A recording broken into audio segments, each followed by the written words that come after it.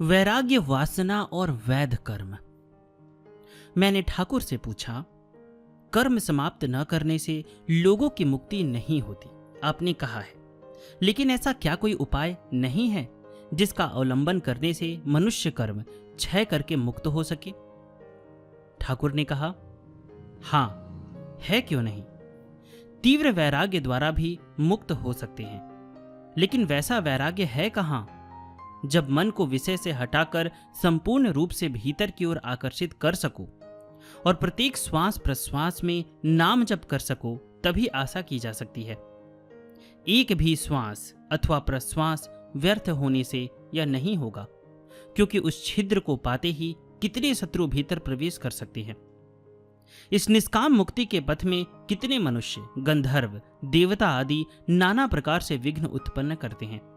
इस पथ में सभी कठोर परीक्षा लेते हैं। वासनाहीन होकर तीव्र साधना किए बिना इस पथ पर चलना संभव नहीं है। इसलिए वैध कर्म की व्यवस्था है। वैध कर्म द्वारा भोग समाप्त कर लेना ही सहज होता है। मैंने कहा, जिस कर्म को समाप्त करने की बात आपने कही है, वह कर्म किस प्रकार का है? नौकरी करके संसार गृहस्थी चलाना ही क्या कर्म है? ठाकुर ने कहा, कर्म का अर्थ गृहस्थ होना या नौकरी करना नहीं है। जिसकी जिस विषय में आसक्ति है, उसका कर्म उसी को लेकर है।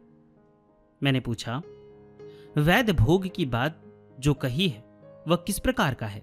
शास्त्र के अनुसार भोग करने से ही तो वह वैध भोग है। ठाकुर ने कहा, वैध भोग क्या है उसे समझना बड़ा कठिन है।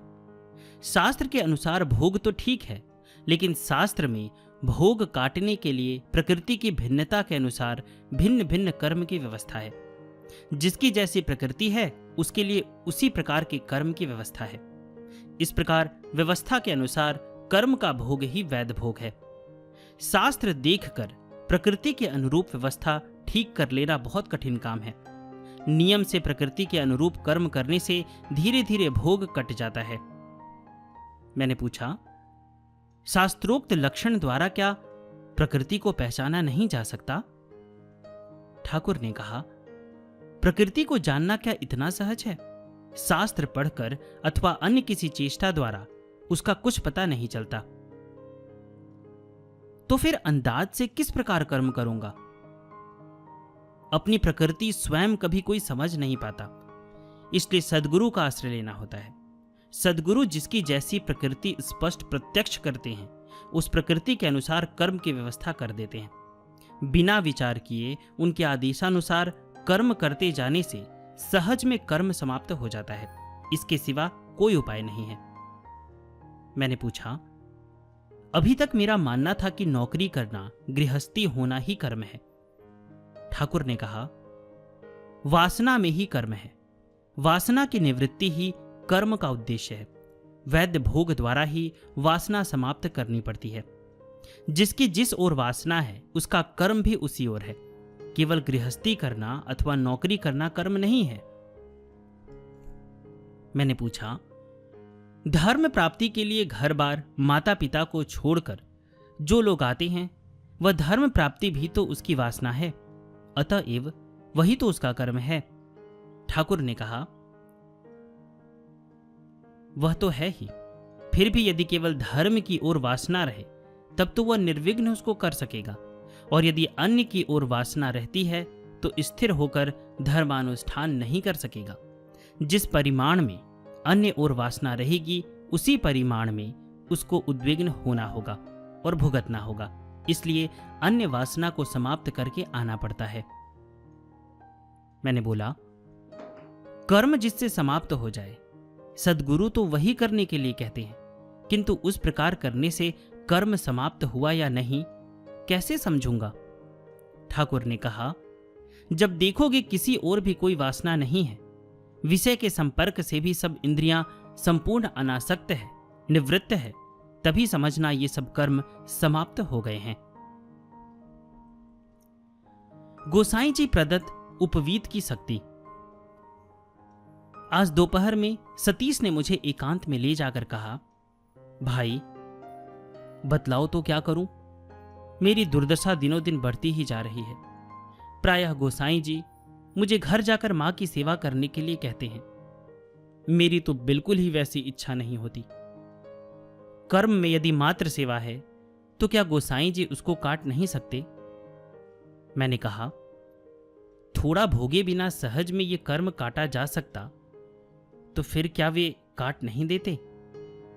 ठाकुर ने जो कहा है बिना विचार किए वैसा करना तो अच्छा है। सतीश ने कहा, भाई वह तो नहीं कर पाऊंगा, वैसी बात फिर मत कहना। गोसाई जी इच्छा करने से सब कुछ कर सकते हैं, केवल व्यर्थ में हम लोगों को भुगताकर मार रहे हैं। मैं उनकी अद्भुत शक्ति देखकर चकित हो गया। जानते तो हो मैं कट्टर ब्रह्म समाजी था, सहज में कुछ भी विश्वास नहीं करता था, लेकिन गोसाई जी की अद्भुत शक्ति देखकर तो अविश्वास करने का कोई उपाय ही नहीं है।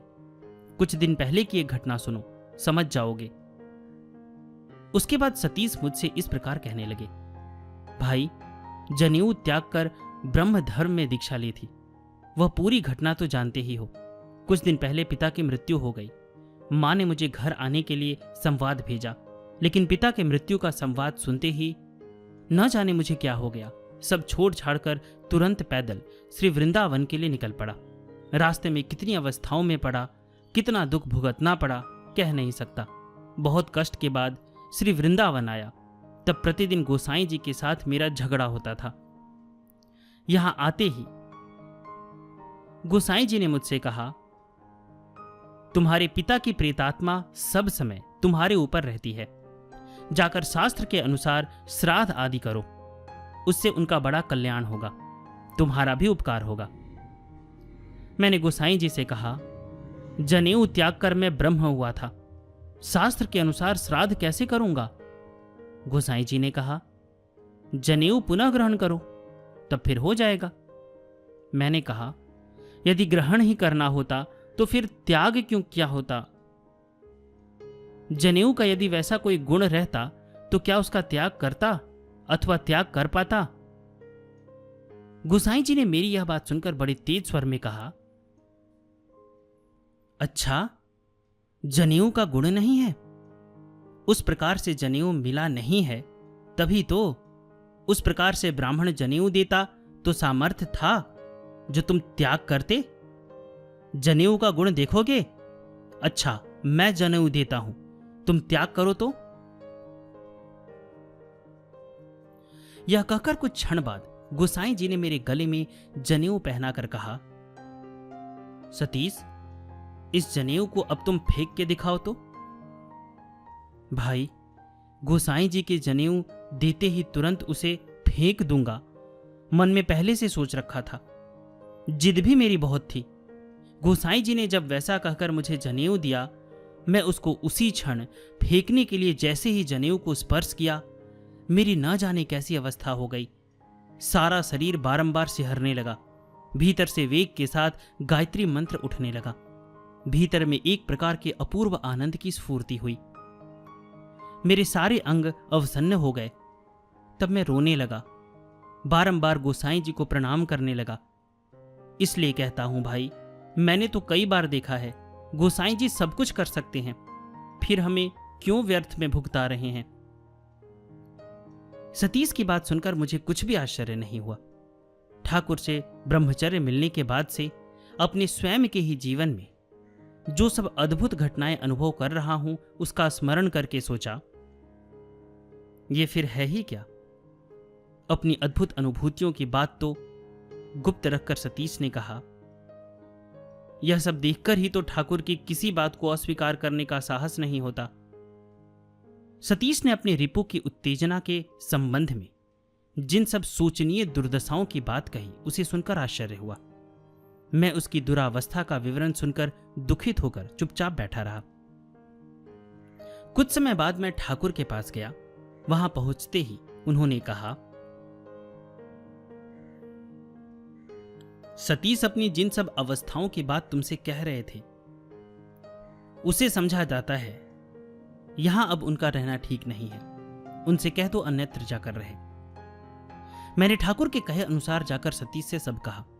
सतीश ने मुझसे विरक्त होकर धमकाते हुए कहा, जा जा बेटा, गोसाई जी मुझसे नहीं कह सकते।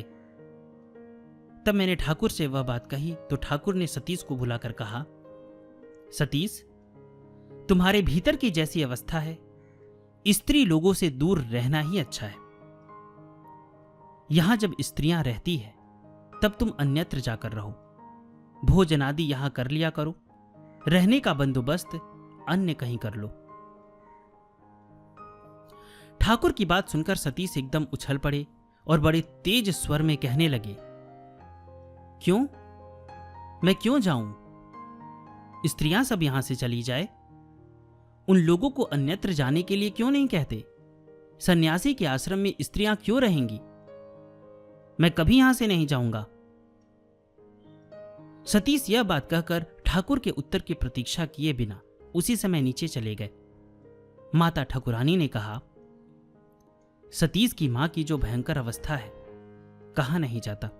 समय समय पर उनकी ज्वाला की आंच मेरी छाती में लगती है, उसी से मैं बेचैन हो पड़ती हूं। ठाकुर ने कहा, पिता का श्राद्ध किए बिना सतीश इस प्रकार आ गए हैं, इसी कारण विभिन्न प्रकार के कष्ट भोग रहे हैं।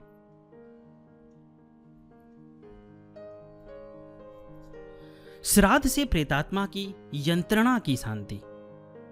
तब मैंने पूछा, श्राद्ध से क्या वास्तव में प्रेतात्मा का कलेश दूर होता है? ठाकुर ने यहां पर कुछ दिन पहले हुई एक घटना का उल्लेख करते हुए कहा, एक दिन मैं यमुना के किनारे किनारे चलकर जैसे ही काली दह के पास पहुंचा, एक प्रेत मेरे सामने गिरकर भयंकर छटपटाने लगा। मैंने उससे पूछा, वैसा क्यों कर रहे हो? प्रेत ने कहा, प्रभु रक्षा कीजिए, रक्षा कीजिए, अब यह कलेश सहन नहीं कर पा रहा हूं। सैकड़ों हजारों भिक्षु मुझे सब समय डंक मार रहे हैं। यंत्रणा से छटपटाकर रात दिन मैं दौड़ धूप करता हूं, क्षण भर के लिए भी मुझे छुटकारा नहीं मिल रहा है। आप मेरी रक्षा कीजिए। मैंने उसे कहा, आपके किस पाप का यह दंड है? प्रेत ने चित्कार करते हुए रोते हुए कहा, प्रभु यहां मैं मंदिर में पुजारी था। ठाकुर सेवा के लिए जो अर्थादि मिलता, सेवा में न लगाकर उसे मैं भोग विलास और बदमाशी में उड़ाता था। यही मेरा सबसे बड़ा अपराध है। मैंने उनसे पूछा, आपके इस भोग की शांति कैसे होगी? प्रेतात्मा ने कहा, मेरा श्राद्ध नहीं हुआ है, श्राद्ध होने से ही इस कलेश की शांति होगी। आप दया करके मेरे श्राद्ध की व्यवस्था कर दीजिए। मैंने कहा, किस प्रकार व्यवस्था करूंगा? प्रेत ने कहा, अपने श्राद्ध के लिए 1500 रुपए अपने भतीजे के हाथ में दिया था, लेकिन उसने अभी तक मेरा श्राद्ध नहीं किया। आप दया करके उस रुपए को लेकर कुछ अंश ठाकुर की सेवा में दे दीजिए। बचे रुपए द्वारा मेरे कल्याण हेतु श्राद्ध करके महोत्सव करने से मुझे इस यंत्रणा से छुटकारा मिलेगा। प्रेत की बात सुनकर मैं उस मंदिर के वर्तमान पुजारी के पास जाकर सब बतलाया। फिर पूरी घटना उस प्रेत के भतीजे को भी विस्तार पूर्वक बतलाई गई। वे सोच रहे थे उस रुपए की अब कोई खबर नहीं लेगा। जो भी हो, उसने पूरे रुपए देकर विधि पूर्वक श्राद्ध आदि किया, महोत्सव आदि भी हुआ। फिर उस प्रेत की वह यंत्रणा दूर हो गई। यहां कुछ दिन पहले की ही यह घटना हुई है।